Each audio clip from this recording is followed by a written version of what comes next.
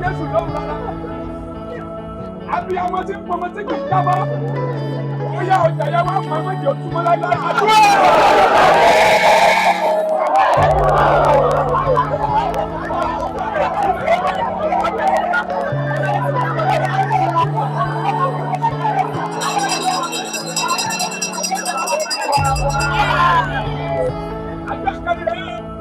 Ògùn ọjà tó fún ọjà, báàsì ní ògùn òrùn tó fún ọ̀rùn.